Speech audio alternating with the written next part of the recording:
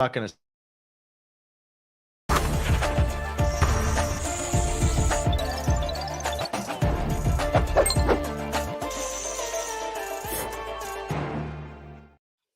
Yeah, welcome to Beyond the Arc. I'm John Gonzalez alongside our NBA insider, Bill Ryder. And Bill, congratulations to everybody. Happy NBA is back day. Tip it off tonight, buddy.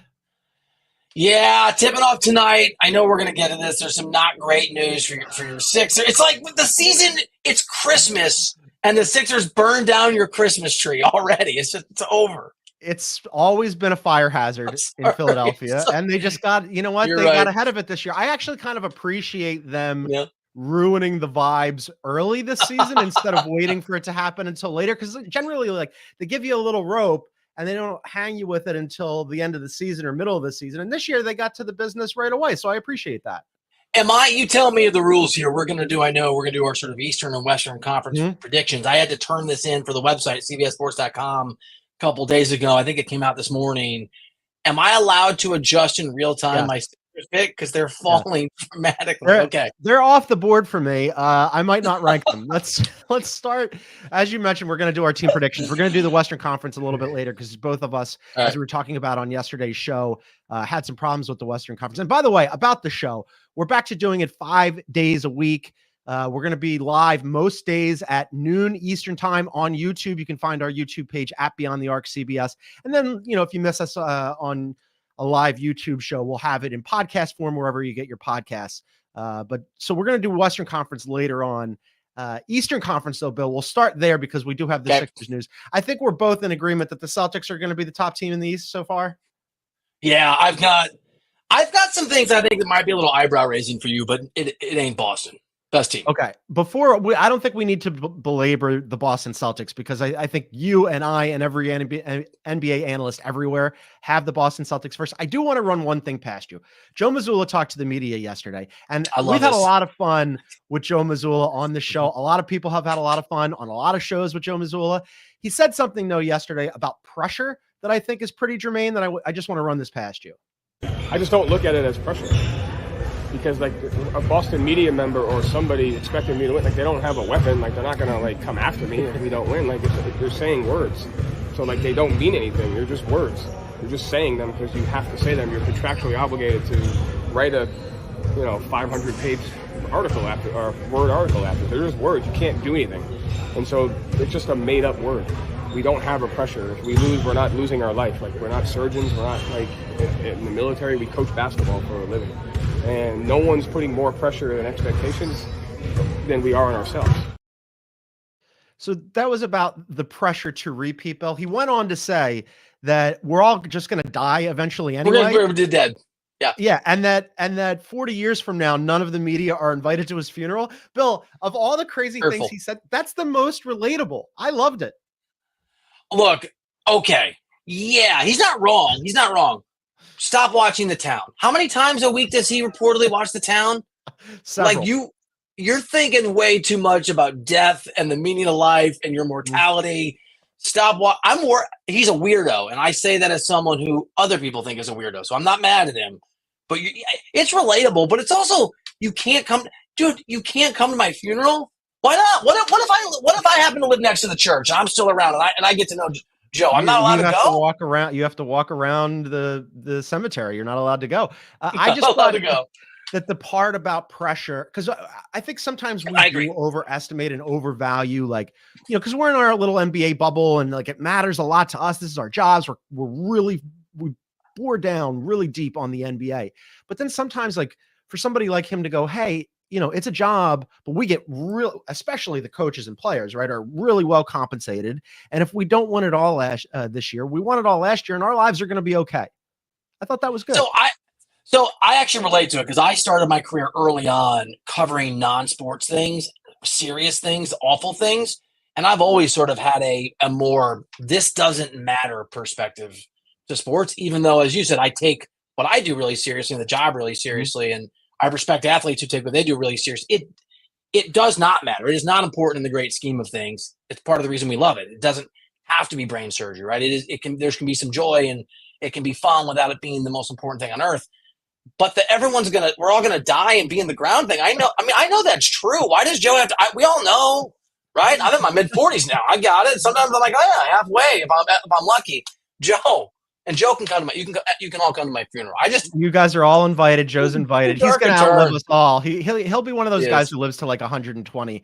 I just thought the perspective was good. To the component of it doesn't matter. It matters a little bit, and we'd like you to watch our show 5 days a week right here on YouTube. All right, so we have the Celtics first, and then after that, I think this is where we're going to have some variance here. You go. Yeah. Who do you have second in the Eastern Conference? So I've got the Knicks, and I actually thought about putting New York number one. The hesitation for me is, I really did. I think they're going to be potentially exceptional. I know a lot of our colleagues at the website didn't even have them too.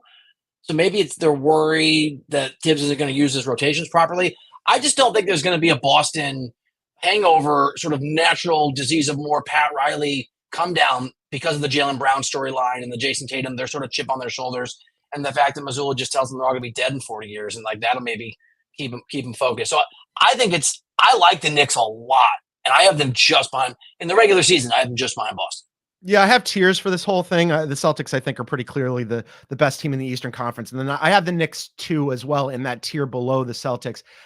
One of the things that was somewhat worrisome to me about the Knicks this summer before they made the trade, and you and I discussed it here on the show with Brad and Sam Quinn, will be joining us later on in the week pretty regularly, was they almost had too much depth, right? Because you go and you get Mikal Bridges, and now all of a sudden Josh Hart and Dante go back to the bench, and they got Miles Bridges. And, even though they lost Isaiah Hartenstein, when Mitchell Robinson is healthy, he's in the starting lineup, and you've got Precious. And now it's like too many guys really for Tibbs, who doesn't like to play that many guys. Now it's almost the opposite problem. Tibbs doesn't have that problem anymore because they lose Isaiah Hartenstein. Mitchell Robinson's hurt, for now. Yeah. Julius Randle and DDV are now in Minnesota. Now they're kind of down to like 6 guys, and I'm like, the depth is not great. I think the depth is okay for the regular season.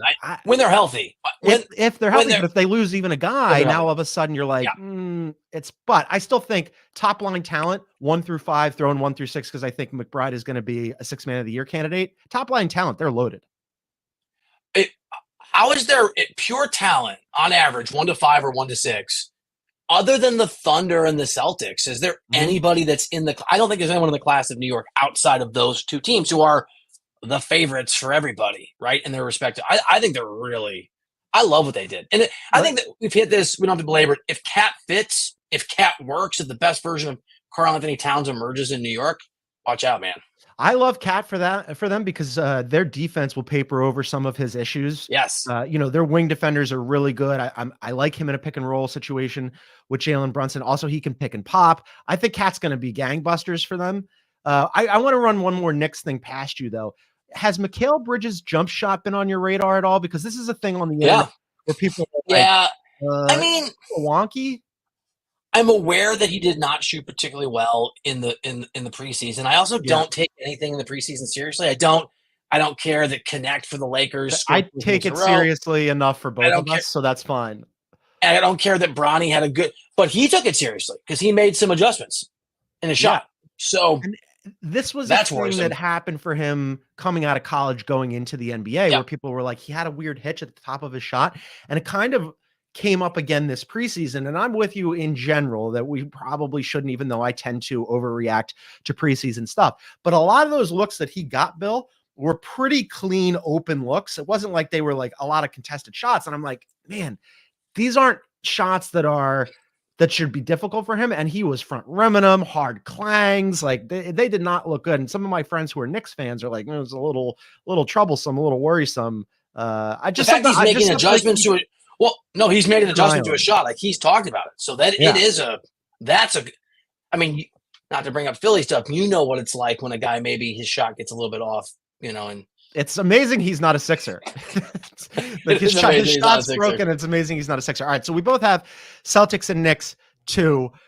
I previously had talked to myself like a dope. This happens every year. I just put this on Twitter. Every year somebody comes from the Sixers and they're like, I got a bridge to sell you. And every year I'm like, where do I sign? Can you take my money? I would like some of that bridge money. And they did it again, Bill. So they were 3. I'm moving them down the board. They're no longer 3 for me. Who are you going to put at 3? Where do we put them? Do you want to because I have them 3 too, and I need to figure out how far they fall. I'm thinking about just popping them to 6. Is that crazy talk? No, it's not. And here's why, because it was always going to be dependent on how many games they're going to play Joel Embiid and Paul George, right? And I was prepared for this. Like, okay, he's not going to play more than Embiid is not going to play more than 60 games, and that's okay. They're going to put him on the Kawhi Leonard 2019 schedule, 2018, 2019 schedule, where they're going to save him for the regular season. Nick Nurse was the architect of that whole situation, had him healthy for the postseason, didn't miss a game. They won a championship. Great. I'm on board with that. And then they're like, oh, he's ramping up. He's going to be ready. He played in the Olympics. Everything's fine. And it's just like kicking the can down the road, and they're going to continue to reevaluate him. And like, I've seen this before. And it doesn't end well. We all have. All right, I'm going to kick him to 6. That's just good for me to know so that I can kind of know I think how deep perfectly I'm reasonable. Who are you going to go 3 then? Now I hate my entire list, by the way. Me too. Now I've got Milwaukee 3, which I know. And I'll say this. You're not a Doc guy. I'm not a Doc guy. I am a Giannis guy. So for me, I think one of the big stories that's out there, and I don't know if you saw this, Damian Lillard was pretty open a week ago, whatever it was, that he wasn't around his kids, and it impacted his personal life, and it impacted. And the thing is, those things are real, right? I have kids, and I'm not divorced, but I have kids, and you've got family, people you love, friends. As things in your life that maybe isn't appropriate to talk about professionally impact you, it impacts you, and sometimes you have to be sort of quiet about it. It's not always appropriate. Like, oh, my life's so hard. I respect that Damian Lillard, and he talked about this, was a pro when he went out there. He didn't look right last year. And I early on, I thought, okay, it's an adjustment period. It's a new city. It's playing with Giannis. I think it was his personal life. I think he went through some really serious things that happened, and I respect the hell and get out of that and get it. He's in a better place. He's going to see his kids more. He does have an entire camp. Doc Rivers, no, I'm not a Doc guy, but not a regular season doubter of Doc Rivers. We've seen that more of like, playoffs and adjustments and all those things. So Giannis plus the Dame that maybe we were supposed to see. Now, Chris Middleton is injured, and that is worrisome, and I don't know about the rest of the roster particularly, but I had him at 4, and Philly falling off. I'm going to put him at 3 and just say Giannis's greatness, plus I think Lillard being in a better place on a personal level, plus trying to give Doc a little bit of the benefit of the doubt because he came in sort of middle of the pack or even earlier than that last year. I think there'll be a good regular season team that beats bad teams consistently. I am a huge believer in Giannis. Obviously, his talent is outsized. The Dame situation, look, he had a bad year last year. It was tough for his life. I expect that he'll rebound. Brook Lopez is underrated. The Chris Middleton thing worries me. And all the same issues that they had last year are still there. What's going on with their perimeter defense? Their protection at the rim isn't as good as it used to be. Frankly, and Sam Quinn mentioned this online and has written about it as well. I'm with Sam. I think that this is a team that gets broken up this offseason. I'm not high on the Bucks at all. I'm not high on the Bucks at all. And let me just run one Doc quote past you. So this is really great. Let's have a little Doc fun. So Doc was asked about how he's like kind of come up short like since leaving Boston. He wins the one championship, comes up short with the Lob City Clippers, comes up short with the Sixers. And Doc takes umbrage with this. And I'm going to read you what he said to this. He goes, I've never come up short, in my opinion. Come up short? What does that mean? Like we didn't win a title? I go back to Philly. I took that job after we lost in the first round 4-0 to the Celtics in 2020. That was under Brett Brown. The next year, we win the East in the regular season, all right? And we're 1 game away from the Eastern Finals. Now, you will famously remember that that's when Ben Simmons neglected to dunk the ball, and they lost to the Atlanta Hawks. But according to Doc, he's doing great, and he's never come up short. Doc is the worst. I know you're baiting me. I'm going to take the bait. I am baiting you. Please. Just like someone wants to sell you a bridge, you can sell me this anytime, and I will sign money happily. I mean, if we're doing coaching power rankings, which we're not, there's 30 jobs, 33. I'll put them at 30. The inability for Doc Rivers to be accountable and the unwillingness for him to ever take any of the flack that he deserves or otherwise for his guys. Look, was Ben Simmons awful in that game? Yes. Did Doc Rivers throw him under the bus and make it very clear in that post-game press conference that Simmons is an issue and it contributed to Simmons basically falling apart? Also 100%. Yes. I will just say this in defense of Milwaukee here, despite obviously how I feel about Doc Rivers. And I know we'll do the West a little bit later. Jokic, if you have Denver 1, 2, 3, 5, wherever you have him, wherever you have Denver, it's because of that player. Because you think Nikola's so good that he's going to make up for some deficiencies in that Nuggets team this year. I think the same thing about Giannis. I think it's easy to sometimes lose track of. He's amazing, maybe historically amazing, and he has something that the Joker doesn't have. I think in Damian Lillard, he's got an actual legitimate, if aging, co-star who I think is going to be better. So for me, Milwaukee at 3 doesn't feel awesome, but I think it doesn't. Thank you, Philly. But Giannis, man. Giannis of the Eastern Conference where we come in and we're like, the East is going to be better this year. And the season doesn't even start. And we're like, damn, who's going to finish 3? I'm not crazy about this conference. Philly was a contender. By the way, Milwaukee, I know that Chiron says they're not. I don't have Milwaukee. It's 2 contenders now. It was 3. It's 2. Now it's 2. We haven't even gotten to my 3rd team. We're going to take a quick break. And then on the other side, I'll tell you who I think is going to finish 3rd in the Eastern Conference. We're just getting started here. This is Beyond the Arc. There are some things in life that you can't quite explain. An extraordinary story. Maybe it sounds flawless, looks effortless, or makes you feel like a part of history. The first ever goal for BFC. And when all of those phenomenons come together, it's perfect. Pitch perfect.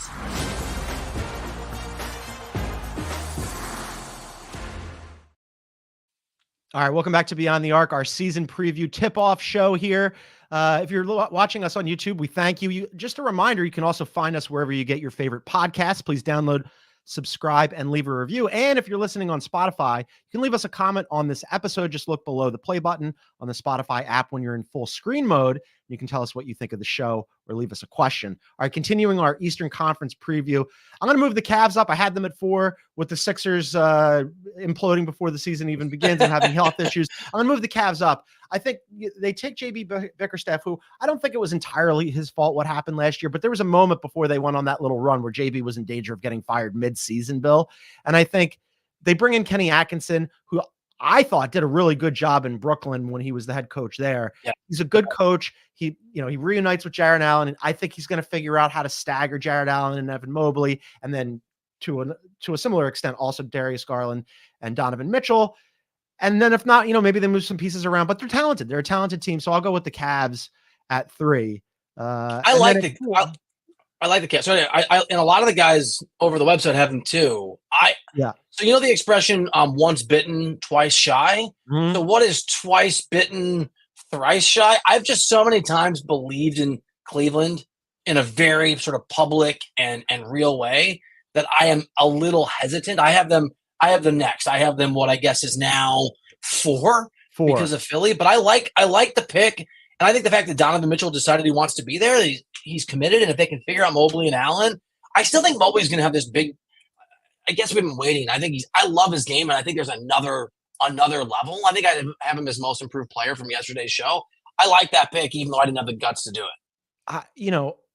Kenny Atkinson is a smart guy, and I don't think the calculus here is that tough. I think you look at this and you go 1 big and 1 guard with shooters, right? Instead of like trying to shoehorn Garland and Don Mitchell onto the court at the same time, you stagger them. And instead of trying to play, like the 2 big experiment didn't really work. They're both very good, and there's a lot of redundancy there. You stagger them too, and then you figure out, at the end of the game in crunch time, like what's your closing lineup? That becomes a little bit more difficult. But they have a lot of talent, and the Eastern Conference, as we just said, like there's the Celtics, and then there's the Knicks, and then it's like, I don't know, it's a grab bag of guys. So I'll take the Cavs. If you do what you're saying properly and you manage the guys properly, it goes from being something that doesn't fit to something that provides depth and works. And that there's nothing wrong if you can just manage guys' egos and their minutes properly with having some depth and having some backup plans if guys get injured. I like Cleveland's team in the Eastern Conference with a home playoff first round. I'm going to go with the Magic at 4. I wanted to have them up this high anyway, because as I said to you, I'm high on them this year. Their defense is incredible. They add KCP. They still need some scoring. There's no doubt they can never score. They haven't scored in 110 years. They're a tough watch, but they're a good team.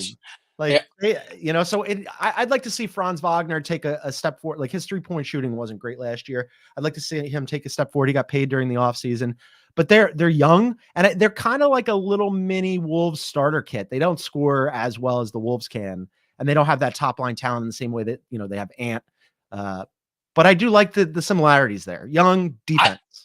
I've got them kind of low. I knew you were going to kind of, I got them at 7.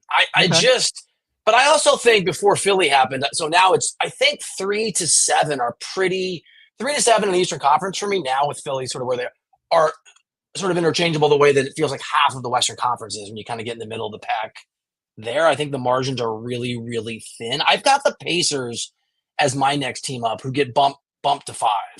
I like that. They're my new Cleveland, right? They're my new team that I want it so much to be true that maybe I'm squinting a little bit more than I should to see what I want to see. But Halliburton was so good last year before he got hurt in January. He was an extraordinary player.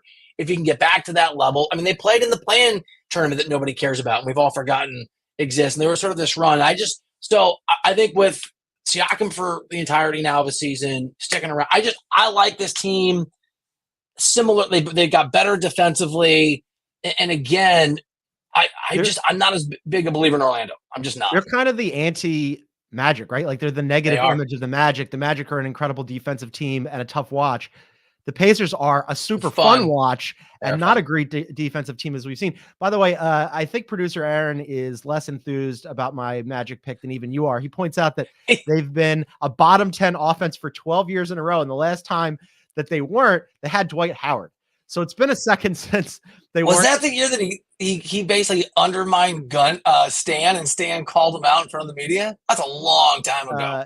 They've been a putrid offensive team for a long time, but hopefully KCP will help a little bit there. I'll go with the Bucks for my 5 pick, and I'll have the Pacers at 6. And I could flip flop either of those, really. Where do you have Philly? You have lower than 6? Well, now, yeah, I've just decided, you know what, they're probably not going to have enough games out of Embiid and PG that I'll just put them 7. I'll put them where they finished last season. They're going to be a play-in team, top of the play-in. They're going to have to work their way out of it. If Joel Embiid is healthy for the postseason, then we'll see what can happen. But I'm not optimistic about this team. And today, I want to thank the Sixers for reminding me that believing in the Sixers is, every year I got to relearn this lesson because it's impossible for me to internalize. But believing in that team is a terrible idea always. Have you noticed that last year when we started working together, I was pushing you to believe and plan a parade, and I'm with you now, man. Like, I'm not even going to joke about it. I've got them at 6 out of some forlorn sense of hope that I don't actually believe. On paper, that's a really good team. On paper, that is an incredibly talented team that should work, that has depth, that has top line talent that you look at and go, it's as good. Those first 3 guys are as good as any 3 guys on any team in the NBA. But if the top 2 aren't going to be, or, the top 1 and 3, depending on where you want to slot PG relative to Tyrese Maxey, aren't going to be available, that's going to impact their seeding. Is it realistic? I know you just got done saying you don't have any hope in them. How many games is it realistic that all 3 of those guys will play together? 55? Is that realistic? Well, Maxey is pretty durable. So the question really is, how many are PG and Embiid going to play together? And if Embiid is only going to play, let's say that the high watermark for Embiid, if you're like, oh man, he played a lot of games this year, it's like 60? 62 is a lot. So what's the overlap for PG? Because are you going to stagger those guys when they rest? I think maybe 40. Half a season would be, I think, a win. 40. If anybody can take those hurdles and navigate it properly, it's Nick Nurse, right? I think he'll squeeze out better outcomes than most coaches with those limitations. All right, I'll go 6. I don't feel great about that either. I had them 3 an hour ago. I know. And then the news release comes out, and we're both like, I think I'm out on the Sixers. It's over. Let's wrap up the back end of the play-in, and then the teams that are out in the Eastern Conference here. For me, the remainder of the play-in teams, I'm going to go the Heat at 8, the Hawks at 9, and then I toyed with Bulls and Raps at 10 and went back and forth. I think the Raptors have some nice young talent. The Bulls have more talent, but they should be selling a lot of those guys, shouldn't they? No, they're idiots, though. I had the exact same teams in a different order. Yes, they should be. I've got Miami, Chicago, Atlanta, and Toronto. Interesting, but young as the 11. So you have Toronto out. Yeah, just missing. Yep. But some of that is just like Trae Young just feels like the guy who's always right. Obviously, they went Trae Young, no DeJounte Murray. He's in New Orleans. That'll impact them later. So there's also a lottery situation where like even having like a couple of those, a little bit of the odds with Cooper Flag is significant. I don't think Atlanta's going to be able to tank or try to tank because their owner situation's a mess. And Quinn Snyder, right, sort of took that job at the end of a season and a half ago, and it just hasn't worked out. Chicago never runs their team properly, and they added Josh Giddey. I think he's actually going to be okay. So, and Miami's always just now sort of grinding their way to this sort of meaningless play-in situation. Yeah. So Orlando, for me, Miami, Atlanta, Chicago, Atlanta are the play-in teams, and Toronto just misses out. Yeah, so I have Sixers, Heat, Hawks, and then I would like to say that the Bulls miss out because they end up finding a home for Zach LaVine and moving Vooch and deciding to detonate that thing.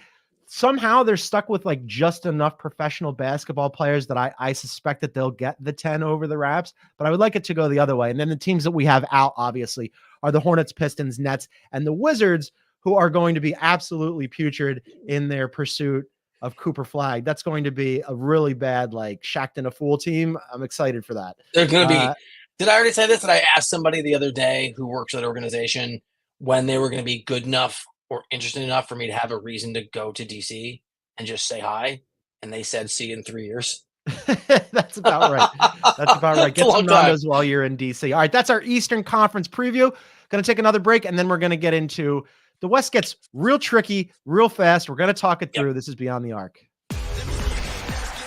Get ready to raise your cup to Canadian football's biggest game of the year. There ain't no party like a Grey Cup party. November 17th on CBS Sports Network. All right, welcome back to Beyond the Arc. John Gonzalez and Bill Ryder here breaking down our Western Conference now preview. And just a reminder, by the way, that you can find us on YouTube. We're going to be live pretty much every day, Monday through Friday, 12 p.m. Eastern. Come join us. That's at Beyond the Arc CBS. And if you do, hit the like button, leave a comment, and subscribe. I think we're going to be in unison for the first team in the Western Conference, Bill. I got OKC. You got OKC too? Yeah, easy. No brainer. I think the only question is, do they have, if we're predicting the best record in the NBA this year, I think they're clearly the best team in the Western Conference. They're so loaded. It sucks that they don't have Hartenstein for the first, 4 to 6 weeks, maybe a little bit longer. But I think he's going to fit in seamlessly. It hits exactly what they needed last season when they needed rebounding, they needed size in two different ways. And he provides that. He's also a really good passer. I think he's going to be a seamless fit for them. And then also, they were already one of the best defenses in the NBA, Bill. I think they're going to be number one this season because they also, in addition to adding Hartenstein, add in Alex Caruso, who, as you mentioned, the Bulls are ridiculously run, and they got him just for Josh Giddey straight up. He's a seamless fit. Look, the Hartenstein's a huge addition, especially when we get to the playoffs, and maybe they're playing some bigger, longer teams. I love Caruso is just a sort of force multiplier of what they already do is incredible. I mean, he is so perfect for sort of like regular season what they did last year. They were already astounding last year, and all these young guys are going to make leaps. That's the other thing. Like, young players make leaps in years 2 and 3 and 4. That defines a big chunk of their team. Think about who they can throw at guards and wings, right? I mean, you already had Lou Dort in the Dortcher chamber, right? Jalen Williams. Now and Kason Wallace, who as a rookie acquitted himself well and played really good minutes defensively, not limited minutes, but still I think he's a really good defender. Really good player. And now you're adding an all defense player, second team all defense to that mix. And by the way, SGA is also a good defender. In exchange, in Caruso's case, for a guy the Thunder learned the hard way, we can't play this guy when it matters. I'm excited to watch OKC. If you're one of the other 29 GMs who are watching this show right now, and Sam Presti, I'm trying to get to Oklahoma City to spend some time with those guys. We'll see if I do. And Sam Presti, just don't pick up the phone. Don't pick up the phone if Sam Presti calls you. Yes, unless you're Danny Ainge. Maybe you have all those picks, and like they don't even need to use them, and like they could package them for a better player. But also, if you go out and get a star, what's that look like on a team that's young and full of stars anyway? It's just an incredible team that Sam Presti's built. All right, so we're both in agreement. Pretty much everybody's in alignment for both top teams in both conferences. The West, though, you called OKC Thunder a no-brainer. 2 through 10 now becomes a brainer. Brutal. What are we doing? For me, by the way, it's 2. I think the 2 through 13 start. I have some.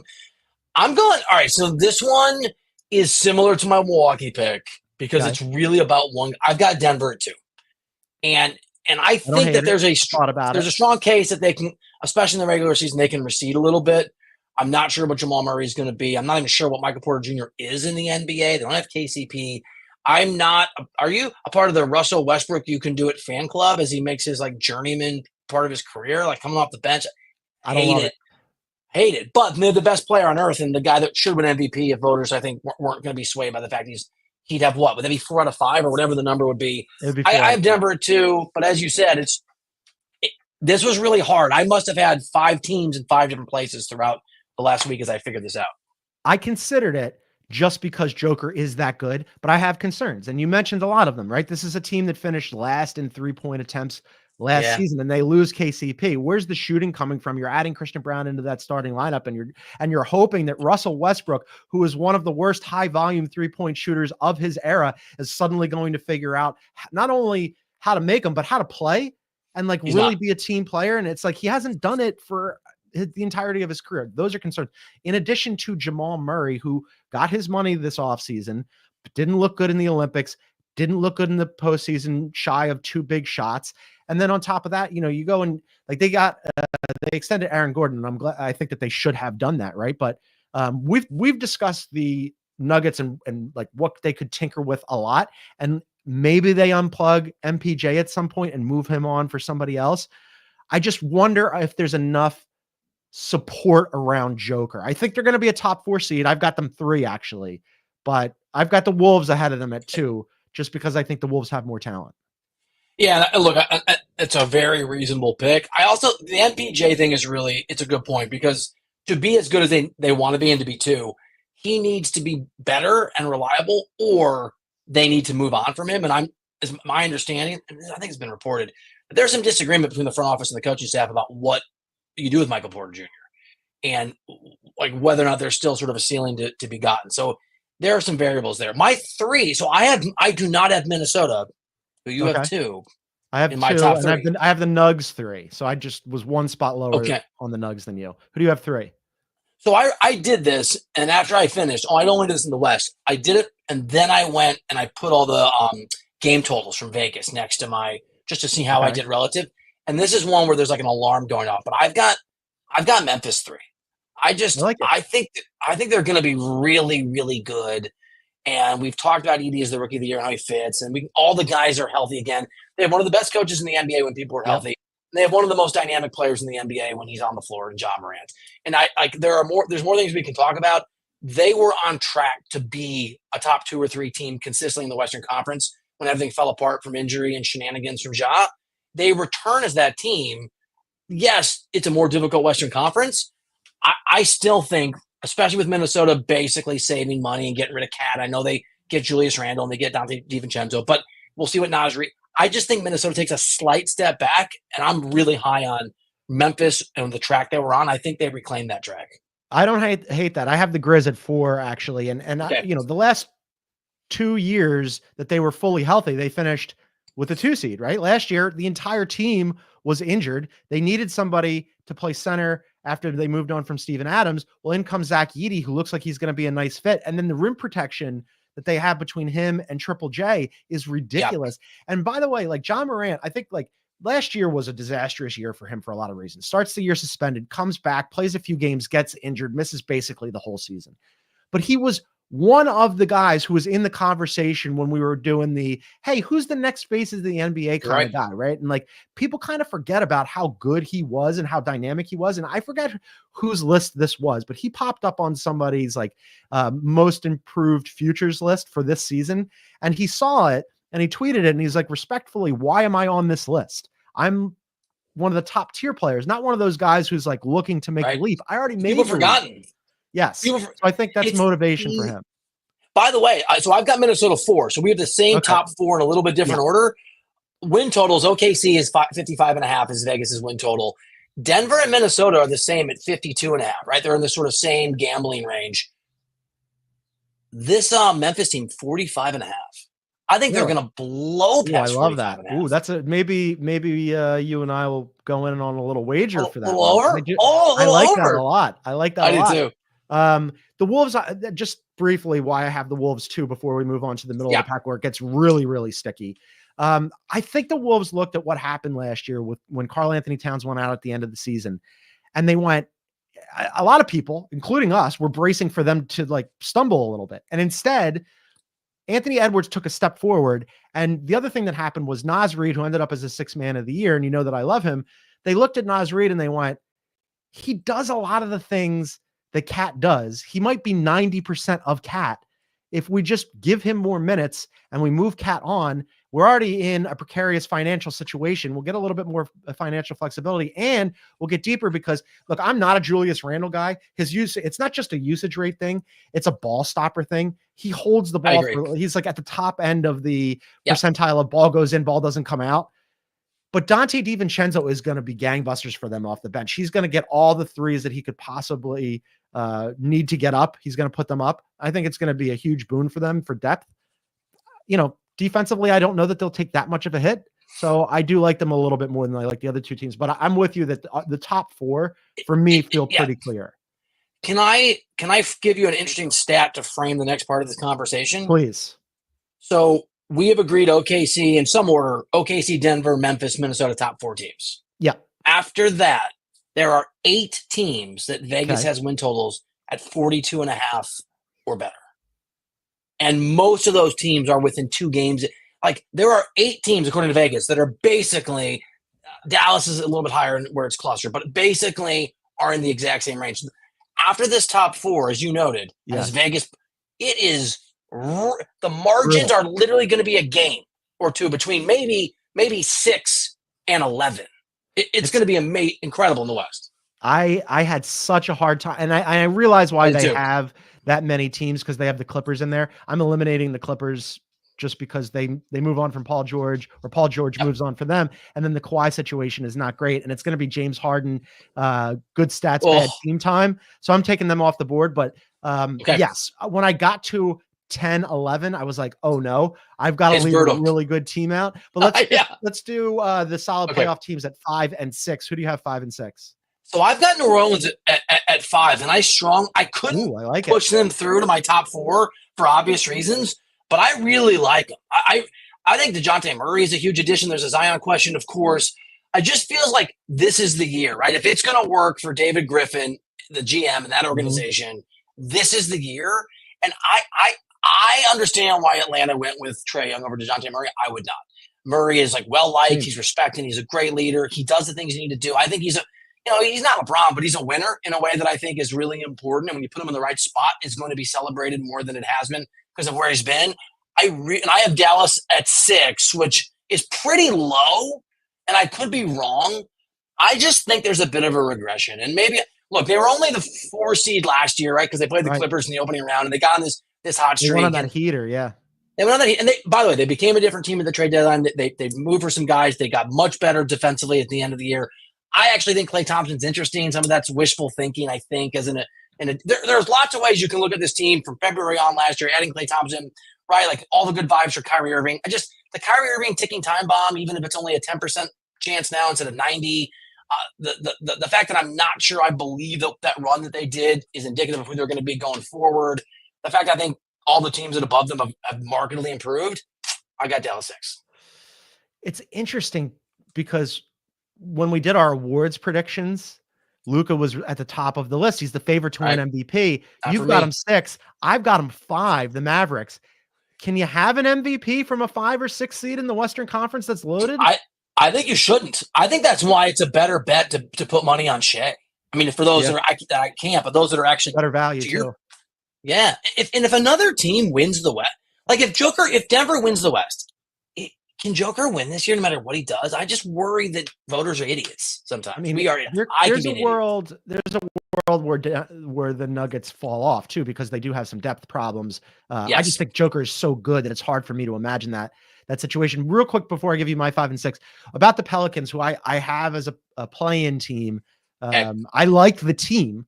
And I'm with you on David Griffin assembling a good team, and you've got Brandon Ingram in a contract year. He wanted to get paid this offseason and didn't happen. He's going to be motivated. They just paid Trey Murphy. I think that if they go, because CJ McCollum popped up on the 6th man of the year futures, which if you're moving CJ out of the starting lineup onto the bench, and you're moving Trey Murphy, and now all of a sudden I kind of like that fit, and then you're going to go probably point center Zion for some situations.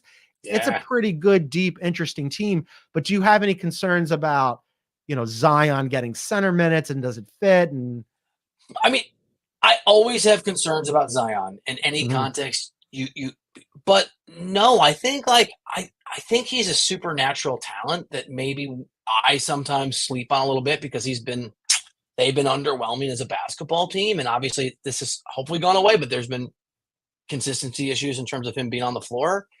But no, I think you can plug him in just about anywhere you want, and Zion's going to be a positive, high impact basketball player. I think they're going to be good, man. Maybe I have them too low. To my question about, can you have Luka Doncic as your MVP if the Mavs finish as a 5 or a 6 seed? Producer Aaron points out that Russell Westbrook won the MVP with OKC finishing 6th. Yeah, I do too. Those counting stats were ridiculous. He just was. It was like good stats, not a great team. Great point. Here's my retort. First of all, it was a huge discussion among all the voters back then. Yes. And I know many of them personally. Many of them regret that vote. If you were to poll people that have voted for the MVP in the last 15 years, what's the biggest regret you have? That's one of the years I did not vote. I would not have put them on my top 3. Most the people I talked to would tell you that's the regret. Like, they shouldn't have done it. And it was Howard Beck who sort of had the drumbeat of can't give it to a guy that's not on the top. I think Israel's top 3. And Howard, if you ask him on a radio thing or over a beer, will bring up what an embarrassment this was. He's written about it. So I think there's been a counter narrative. I think Russ winning that and becoming the Russ he is now has made people a lot more cautious to ever do that again. Yeah, that's a good point. That's a classic one that people revisit. All right, so you have the Mavs at 6. I have them at 5. My 6th seed, and I don't feel great about this. Give it to me. Phoenix Suns. Oh, it is. I've got the Suns just because, on paper, the top line talent is really good, right? And if KD had injury problems previously. Last season, he was healthy. He looked good during the Olympics. Devin Booker is in his prime. I don't think Beal can be that bad again. And how many top line is 2 or 3 guys there? How many are top line for you? Well, I was going to 2.5 because I think one of the issues that they had last year is they looked around and went, "Oh no, we don't have a point guard." Well, they went and got Tyus Jones, and he's a good point guard. He's a very capable professional point guard, and I think that's going to alleviate some problems. Depth issues after you get to when you start to get to Grayson Allen and Royce O'Neal, that's when I go, "Oh, that's not great." But KD and Booker are really good. I think it's enough to buoy them. I feel I already hate this depth issues. Grayson Allen's a critical piece of that team. He's not the eighth guy. I know. Big time contributor. Significant rotation player. Yeah, he's 5'6" right in there, and you're gonna need him to play major minutes. And it's okay, after that, now what happens? And you lost Aaron Gordon. Yeah. I don't hate Phoenix. I have them next, right? So I have it was a really, and it was, I wasn't not going to put Dallas on there, but I thought about it for a minute, right? I think, and again, I think all of these teams are close. I think 5 to 13, if you include the Clippers. I think there's I just think the difference is going to be very, very, very marginal. Yes. And the question on Phoenix is, can Kevin Durant stay healthy? And can Bradley Beal just be something more than a shell of a formerly great basketball player? And I guess there were some moments because Booker's in his prime and is amazing. You're right. If Durant's healthy and Booker's Booker and Beal can just be something, they're going to win. They're going games. The variance here of where the Suns, they're kind of a microcosm of the West in general, beyond OKC. If you told me the Suns finished 2nd or they were a back end play-in team, 9-10, it would not surprise me. It would not. I'm 100. By the way, tonight not tonight. They play the Clippers tomorrow, and I get. Yeah. Well, if I get my credential, so the Clippers have not liked me historically. We don't need to go into this. I have not heard back my credential request. I just sent a follow up. I'll get it. All right, so we are now down to where the rubber really hits the road with the play-in teams, right? So still remaining for both of us: Kings, Lakers, Rockets, Warriors, Clippers. You've got the Pels in. The Pels are still on my board here. Give me your and Phoenix is still on the board for you. Yeah, give me your 7 through 10 play-in teams. All right, you're gonna recognize some missing teams. Okay, I'm gonna go Phoenix as my first play-in team at 7. Okay, I'm gonna go the Kings. an 8 isn't like some celebratory, Sure. but I like Sacramento relative to I'm going to go Golden State at 9, and I think there's some interesting questions here, and like Kuminga not getting the contract. But they were pretty good last year when Draymond was around. I mean, they were when he was around, they were pretty good, and Steph is still Steph, and we saw the Olympics. Okay, the 10th one is really hard. It's so hard. Coaching, depth, young depth. What I saw, I'm going Houston. I'm going Houston as my last team in. Yeah. And so you've got the Lakers out. I do. And you last year watched a lot of Rockets game before I did, and you kept talking about them on the pod. So I started watching more League Pass Rockets games, and they were hot, right? So there was kind of a reason to do it. You kind of pointed me in that direction, and you can't watch everything. You try. I watched a lot more Rockets than I anticipated the last 3 or 4 weeks. They were really good. I mean, they were really good, dude. I love that you've come around on the Rockets. I am very excited to watch the team that I've always enjoyed watching my entire life, the Houston Rockets, because the Sixers are dead to me. This same thing happened for me where I was looking at it and I was like, oh man, 7 through 10 is really, really tough. I already told you I got the Clippers out. You've got both LA teams out. I couldn't do that. I just keep coming back to they've got 2 all NBA players. It doesn't ever matter. I just can't have LeBron They're always and a playing team. So here's my 7 through 10. I got the Kings at 7. I'm 7. with you. Yeah, I think that they're a really good professional team. They add DeMar DeRozan.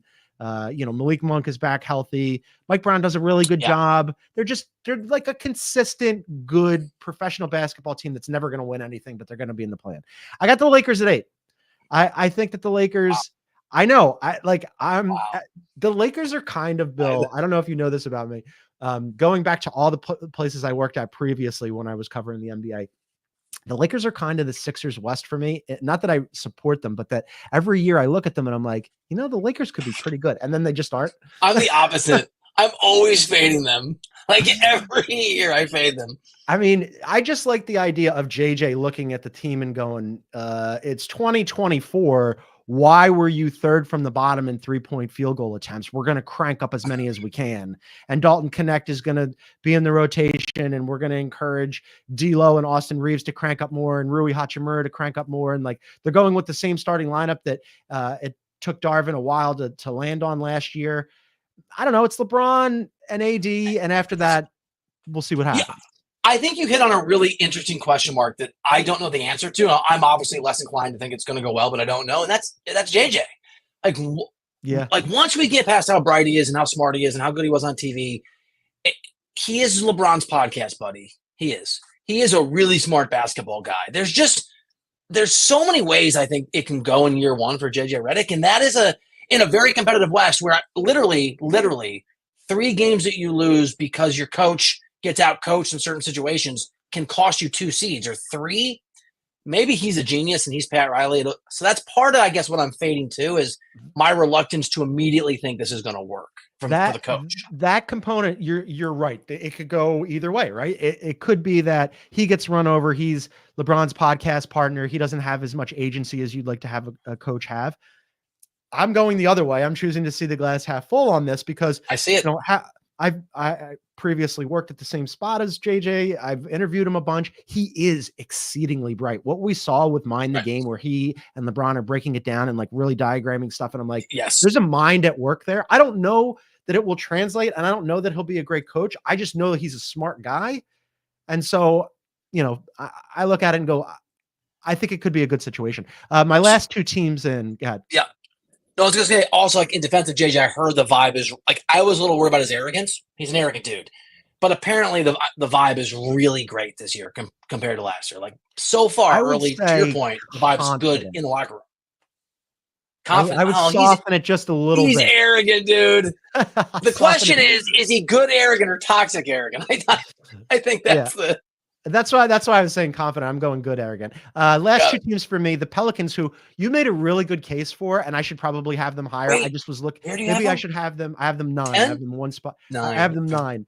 I should probably move them ahead of the Lakers, but 8, 9 for the Lakers and the Pelicans, somewhere in there. The Kings, those teams are all like super interchangeable for me. And then at 10, it came down to the Rockets and the Warriors for me, as it did last year. Warriors ended up with the 10th spot last year. Rockets were on the come. You have the Warriors in. I don't. I put the Rockets in at 10. I have the Warriors. And what you were saying about when Draymond was playing last year and then being a good team was the thing that gave me the most pause, because when Draymond keeps his hands to himself, he changes the whole direction of that. He unlocks everything. And they lost Clay, and it's not great, but they bring in DeAnthony Melton.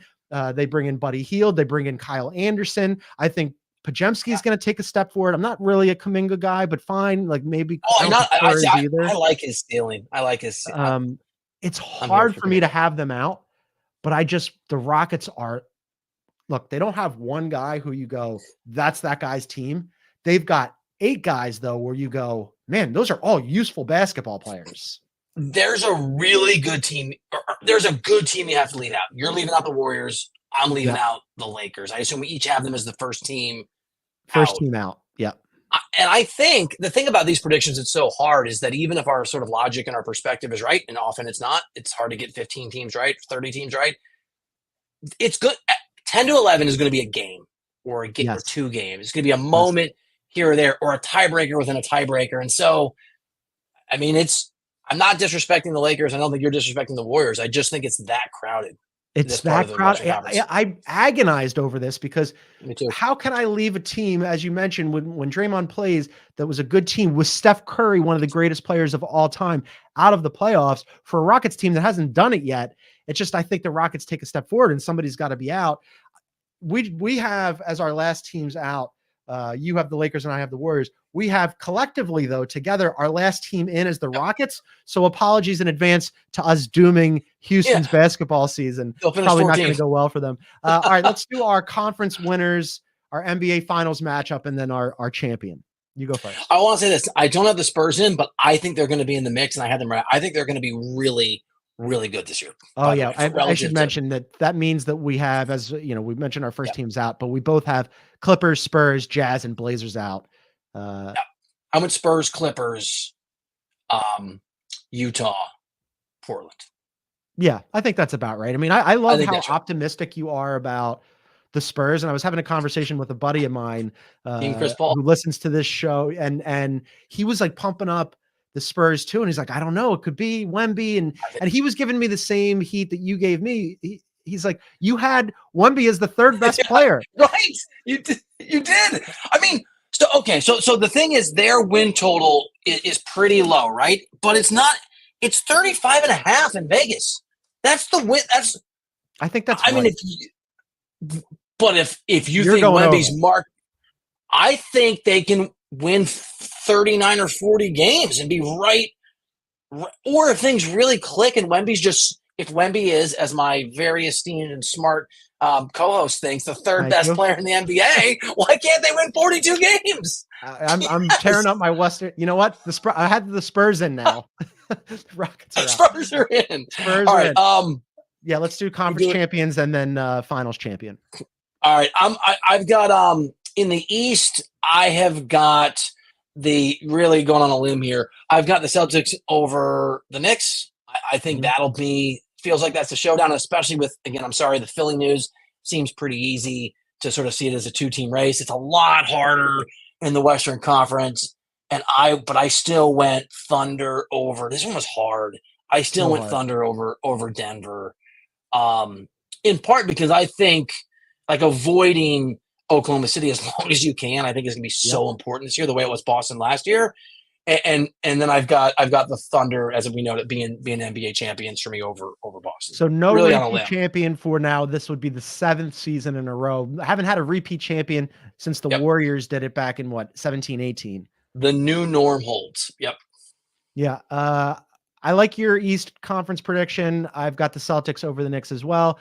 And then in the Western Conference, I will take chalk from what I predicted with the 1 and the 2 seed. I'll go Oklahoma City over the Wolves. And then I don't love this, Bill. I've also got the Thunder winning this thing and the Celtics not repeating, which I think, I guess that means they're going to hang banner number 19 in the Garden in Boston and have yet another duck boat parade presented by Dunkin' Donuts. They're just really, I think what I'm doing with the Celtics, is I'm looking for ways for them not to win it all when they're returning everybody, and Kristaps will be back eventually, and they're just a professional basketball team that fits really well and doesn't have any holes. You're trying to reverse jinx it? Is that what you're like, just trying to convince yourself that it? Look, it's also an easier road. I sort of started this process thinking the East was going to be tougher than it was last year, and I'm not as high in Cleveland as some other people are. I'm not as high in Orlando as some other people are. I think the road is not very hard. The Patriots had that advantage for years. Who cares? Like, who cares how you get there if you get there and you win? There are landmines that can take the Thunder down in a way that I think that there are not as many in the East for Boston. I totally agree with that. And yet both of us have come up with the Thunder winning the NBA championship this year. SGA is so good. You know what it is? A lot of it too for me is I'm going to enjoy watching a lot of Thunder basketball this year. So yes, me too. The team that I've always supported, the Oklahoma City Thunder. You're always your crew. Lifetime Thunder fan. All right, that's going to do it for us today. We've got NBA basketball. It is back tonight. We've got the Celtics and the Knicks tonight. And also the Wolves and the Lakers. You're going to the Lakers game. I'll be there. Yeah. Okay. So I'll have a live report tomorrow. Yep. I'll be there. Tomorrow's show, we're going to break. You think Bronny's playing tonight? Tomorrow. I think he is. I hope so. You're going to get that out of the way. And you're going to give us the scene. You're going to set the picture. You're going to tell all of it. Bill's going to be there live. All right. That's going to do it for us today. For our NBA insider, Bill Ryder, I am John Gonzalez. We thank you so much for watching and listening. And we'll be back noon Eastern live on YouTube tomorrow on Wednesday. Thanks, everybody. We'll see you tomorrow.